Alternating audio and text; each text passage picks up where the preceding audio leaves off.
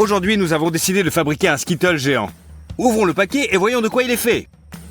À l'intérieur se trouvent ces petits bonbons.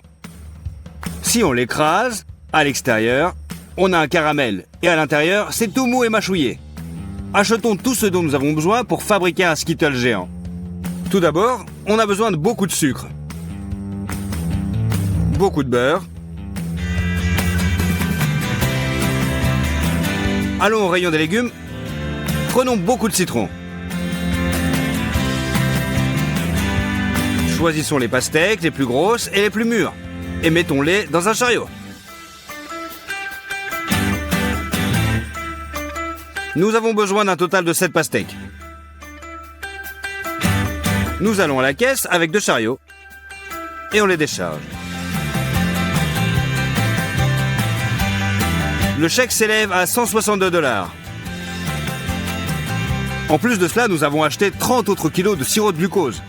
Pour le rendre plus facile à manipuler, nous le versons dans un grand pot.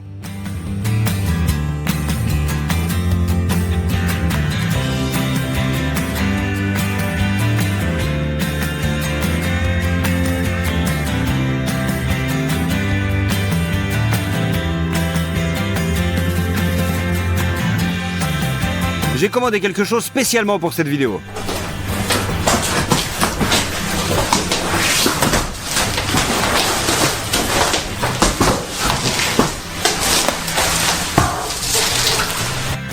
Ce sont des demi-sphères en acrylique. Ils serviront de forme à nos énormes Skittles. On remplit le moule d'huile et on enduit avec un pinceau.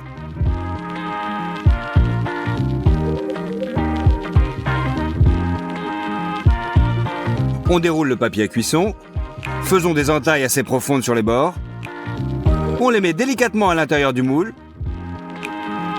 L'huile fait bien adhérer le papier cuisson. Puis on colle tous les côtés intérieurs de l'hémisphère.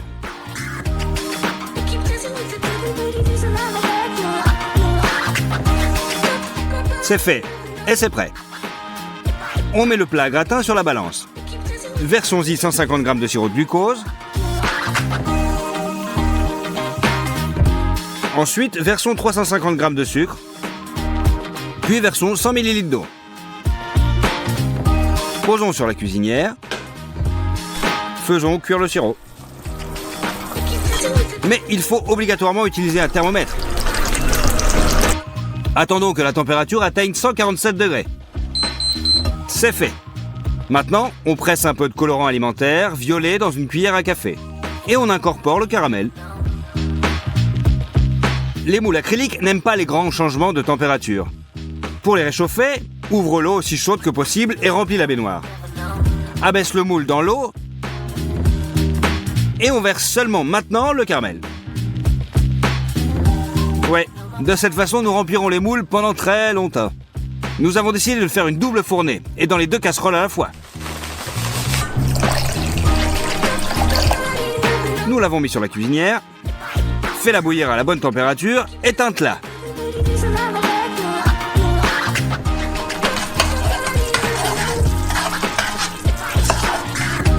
Nous avons mis le deuxième moule dans la baignoire. Versons du caramel sur les murs.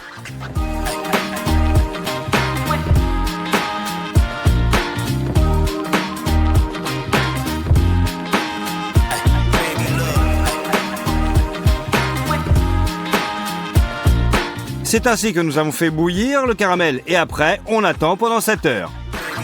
À un certain moment, elle a commencé à être de travers. Et nous devions progressivement tout recouvrir avec une spatule.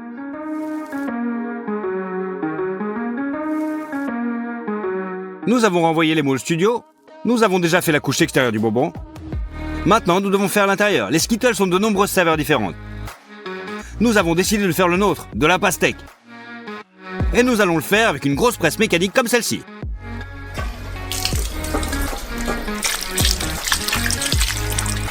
Nous mettons les pastèques propres dans un grand bol.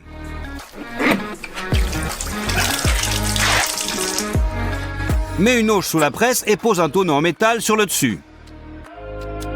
Prenons une pastèque. Coupons sa queue. Puis l'autre côté. Mettons-la debout et enlevons toute la peau verte.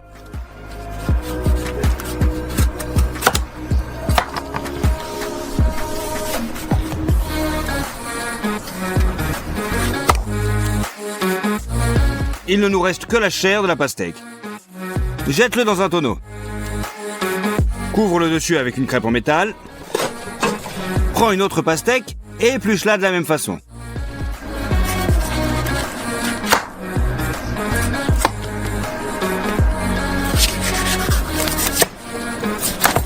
Aussi, mets dans le tonneau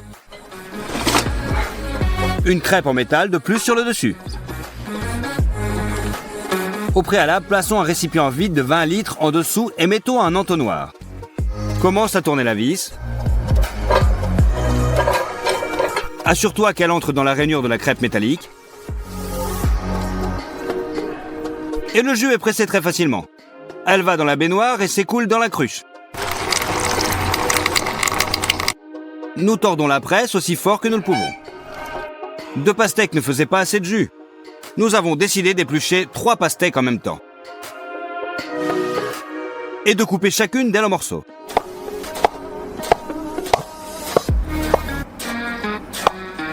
Nous les chargeons dans le tambour avec des disques en fer. Nous les pressons. Finissons une autre pastèque et pressons le jus de celle-ci aussi. C'est presque une cruche pleine. Mais je veux que mes Skittles soient acidulés. Pressons aussi le jus des citrons. D'abord, nous les faisons rouler avec nos mains sur la table pour casser la structure à l'intérieur. Ensuite, nous les ouvrons et pressons le jus avec nos mains.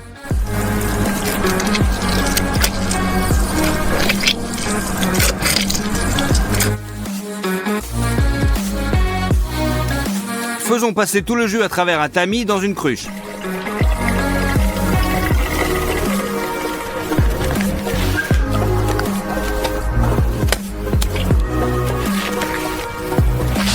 Le temps que nous arrivions au studio, le jus s'était décollé et la partie rouge était au fond.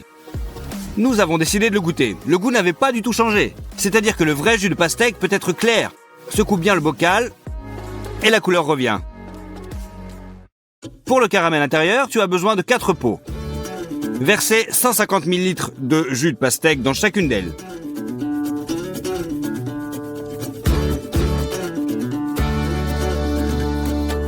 Puis 200 g de sirop de glucose.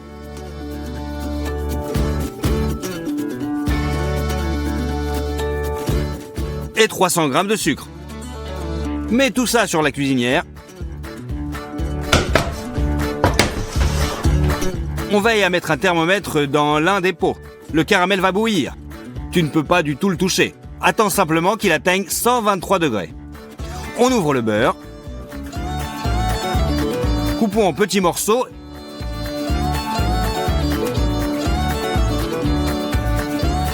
Et envoyons-les un par un dans les poêles. Et une cuillère de colorant blanc. Remons le tout. Le caramel est prêt. Il suffit de les verser dans les moules.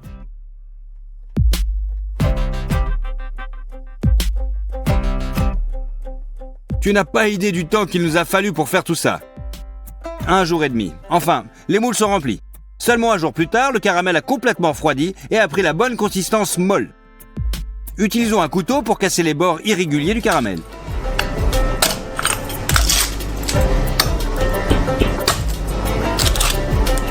Couvre un hémisphère avec du papier sulfurisé. Posons une planche sur le dessus et tourne-la à l'envers.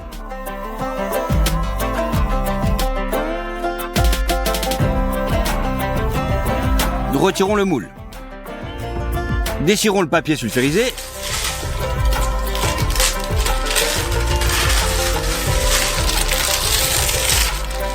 Et retournons la moitié de notre bonbon.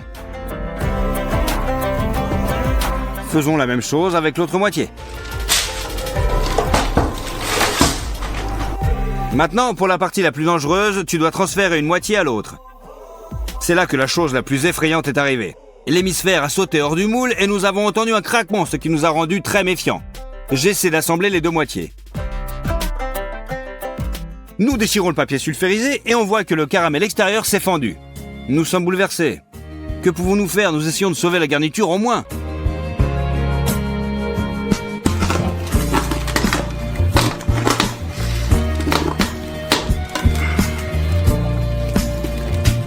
Nous le transférons dans le moule.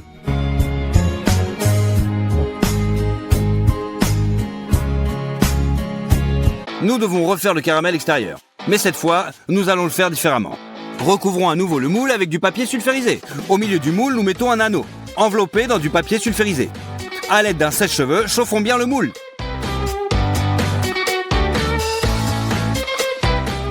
Faisons à nouveau cuire le caramel pourpre. C'est ici que quelque chose de vraiment effrayant se produit. À un moment, le caramel chaud a explosé avec une telle force qu'il a fait tomber la grille de la haute. A éclaboussé le plafond, la moitié du studio et a atterri sur mon visage. Avec de graves brûlures et des lésions musculaires, j'ai été emmené à l'hôpital en ambulance. Si tu veux voir à quoi ressemble mon visage maintenant, suis le lien dans la description vers Instagram. Laisse-moi te dire tout de suite que ce n'est pas un spectacle pour les âmes sensibles. Pendant que je récupère, les Skittles sont terminés par papa. Versons du caramel violet sur les parois du moule. Nous coupons les bords irréguliers.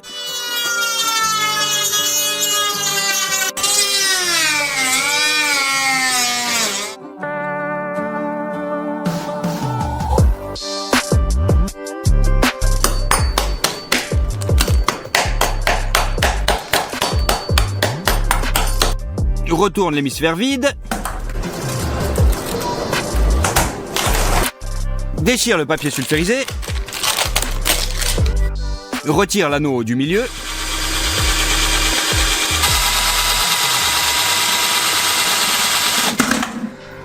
Saupoudre les bords de l'hémisphère inférieur avec le caramel encore chaud.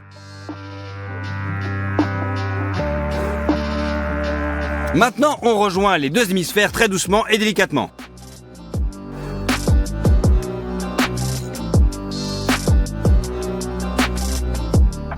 Une fois de plus, faisons caraméliser les joints.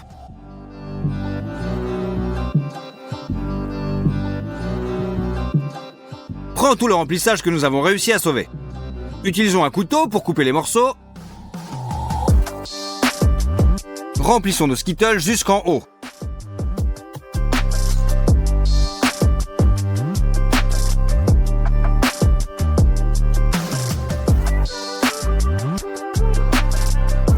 Couvrons le dessus avec un couvercle. Remplissons les joints de caramel. Il suffit de la couper avec un couteau. À l'aide d'un brûleur, faisons chauffer nos Skittles à l'extérieur pour faire fondre les petites chips et les miettes de caramel. Sur une feuille de papier sulfurisé, dessine une lettre S. Faisons fondre le chocolat blanc dans un bain de vapeur.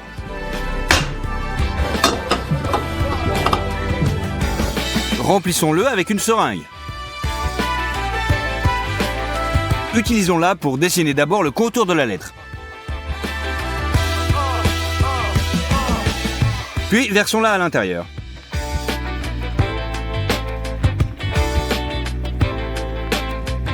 Attendons que le chocolat se solidifie. Nous le transférons sur les bonbons. C'est tout, les Skittles géants sont enfin prêts. Nous avons dépensé beaucoup d'argent, de temps et surtout de santé pour le faire. Si je n'avais pas eu l'aide de mon père, nous n'aurions probablement jamais terminé cette vidéo.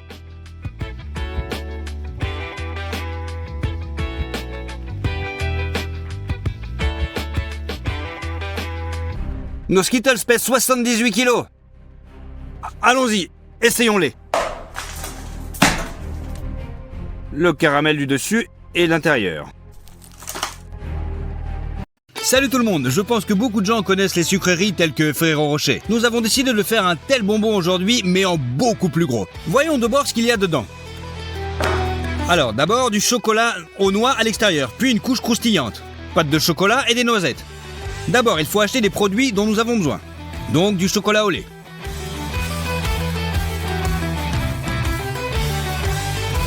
Et beaucoup de sucre. 2 boîtes de cacao en poudre. Beurrer 2 boîtes de 5 kg chacune. Nous n'avons besoin de rien d'autre dans ce magasin. Nous allons à la caisse. Le ticket de caisse est de 190 $. Sur commande, on a acheté un sac de riz soufflé, 10 kg de cacahuètes et un sac de noisettes. Tout cela a coûté 136 $. En tant que forme, nous avons décidé d'utiliser ces grands chaudrons en fer. Pour plus de commodité, nous plions les attaches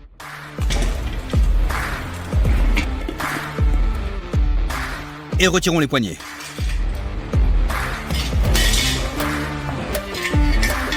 Nous retournons les chaudrons et les enveloppons de film alimentaire. Pour faire la couche croustillante, on va utiliser du riz. Il est plus croustillant possible pour le coller et on va faire du caramel. On envoie une demi-boîte de sirop de maïs dans la casserole. 6 kg de sucre et on le met sur la cuisinière. Assurez-vous d'utiliser un thermomètre. La température a atteint 146 degrés. On verse le riz soufflé et on pétrit le riz avec le caramel. Et on mélange le tout. On verse toute cette masse sur le formulaire et essayons de coller le tout sur le chaudron. Mais là, tout est passé autrement. Le caramel refroidit très rapidement, se désagrège et ne conserve pas du tout sa forme. Ouais, il est difficile d'appeler ces formes normales. Nous avons décidé de tout refaire. Hémisphère acrylique commandé. On les ouvre.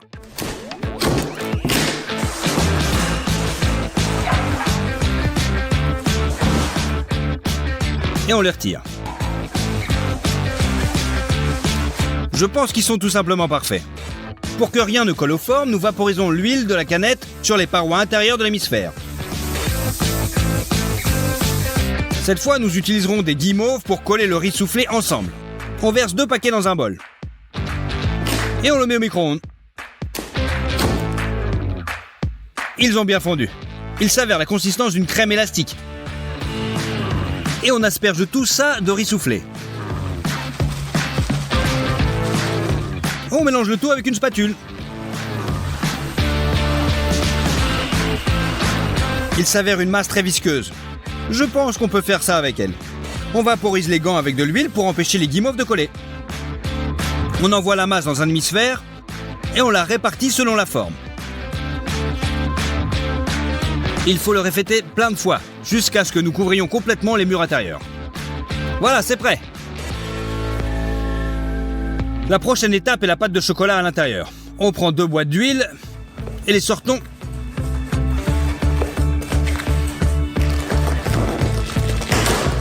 Et on met ces 2 briquettes dans la casserole. On les met sur la cuisinière pour les faire fondre. Voilà, c'est prêt. On a besoin de beaucoup de lait concentré. Celui-ci nous reste après la dernière vidéo. Il nous faut des cacahuètes et du cacao. On pose le bol du mixeur sur la balance. On met 300 g de cacahuètes, 2 cuillères à soupe de cacao. On ouvre 2 boîtes de lait concentré.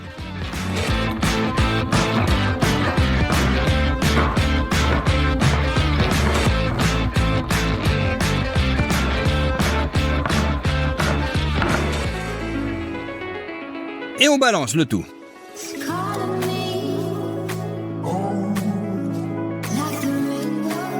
Et en dernier, 200 g de beurre.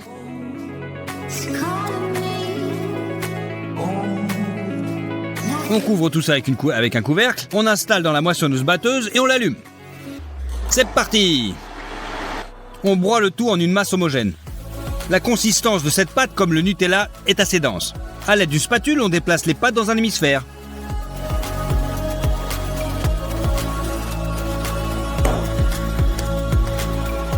Il faut répéter la même chose de temps en temps.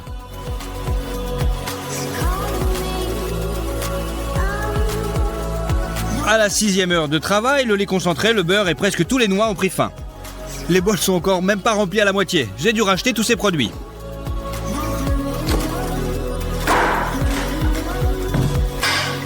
On continue à faire la pâte. Maintenant, on remplit les bols jusqu'à temps qu'ils soient complètement remplis. Cela a pris 8 heures. Et enfin, l'étape est terminée. La couche suivante est une noix entière. Il faut faire 2 énormes moitiés de noisettes. On va l'utiliser beaucoup. Maintenant, les noisettes sont crues et ne sentent plus du tout. Pour résoudre ce problème, il faut les verser dans 2 plaques à pâtisserie.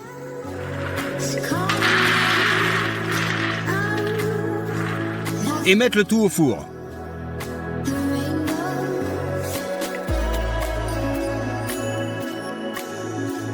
On laisse la masse chauffer pendant 20 minutes pour que dégage bien son arôme. Pour maintenir les noix ensemble, on va faire encore ça avec le caramel. On rajoute un petit peu d'eau et du sucre et de l'eau. Et on met tout ça sur la plaque. Assurez-vous d'utiliser un thermomètre. Dès qu'il fait 145 degrés, on sort les noix finies et on les verse dans la casserole.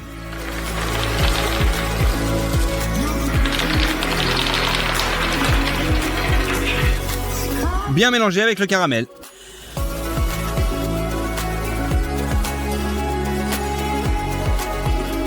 On met tout ça dans des bols et on met en forme d'hémisphère. Voilà, c'est prêt. Une fois le caramel durci, retirez le tout du bol. Et on retire le papier. Il s'avère que la moitié parfaite d'une énorme noix, ou plutôt 2. Il suffit de les presser au milieu du moule, dans la pâte de chocolat.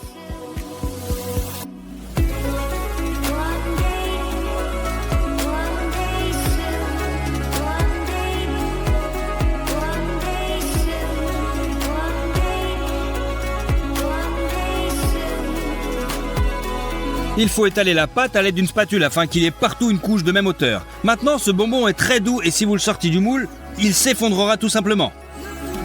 On envoie les hémisphères au congélateur.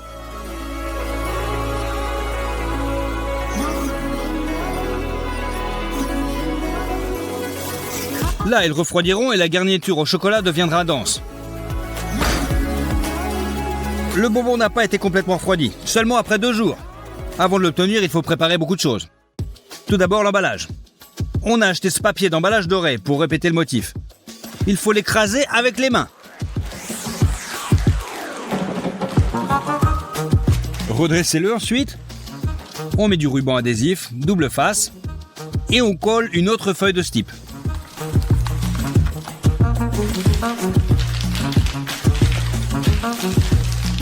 Nous en avons 6 au total, on les combine en un seul énorme morceau. C'est prêt. Seconde phase, pour la future couche extérieure, il faut étaler les noix. Tout est simple ici. On met tout ça dans le mixeur et on broie. Jusqu'à obtenir une sorte de fraction moyenne. Ensuite, on verse la masse dans un autre bol. Troisième étape préparatoire. On prend une barre de chocolat, on l'ouvre et on la casse.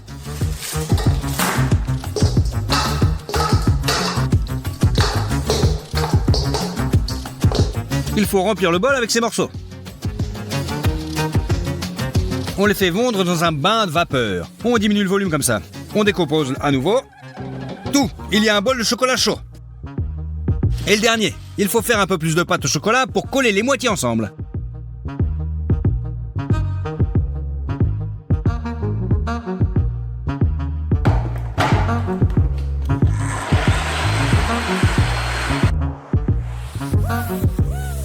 Il reste à bien envelopper le table avec du film alimentaire.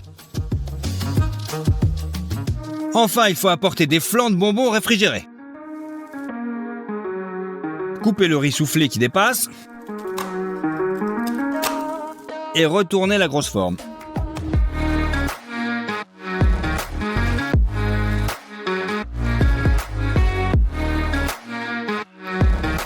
Une moitié est prête. Maintenant la deuxième.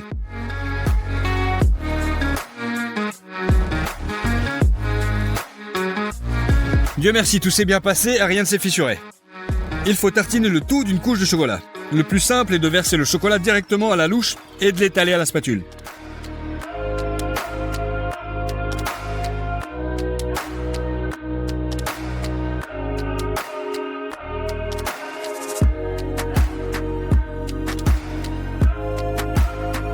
Maintenant, on saupoudre les noix concassées sur le dessus jusqu'à ce qu'elles collent à l'ensemble du bonbon.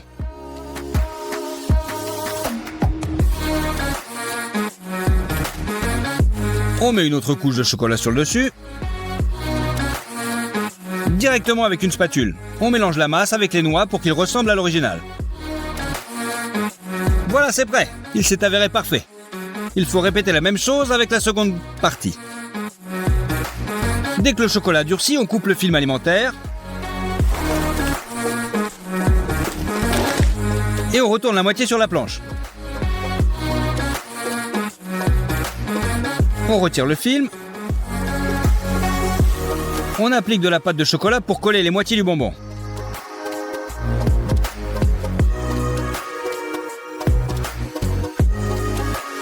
Et on met le deuxième dessus.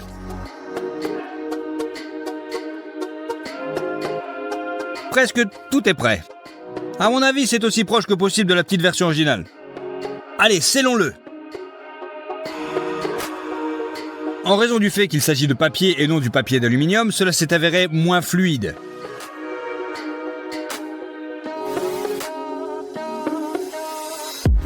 Voilà, l'autocollant est mis. Enfin, après 4 jours de travail acharné, le géant Ferrero Rocher pesant 100 kg est prêt.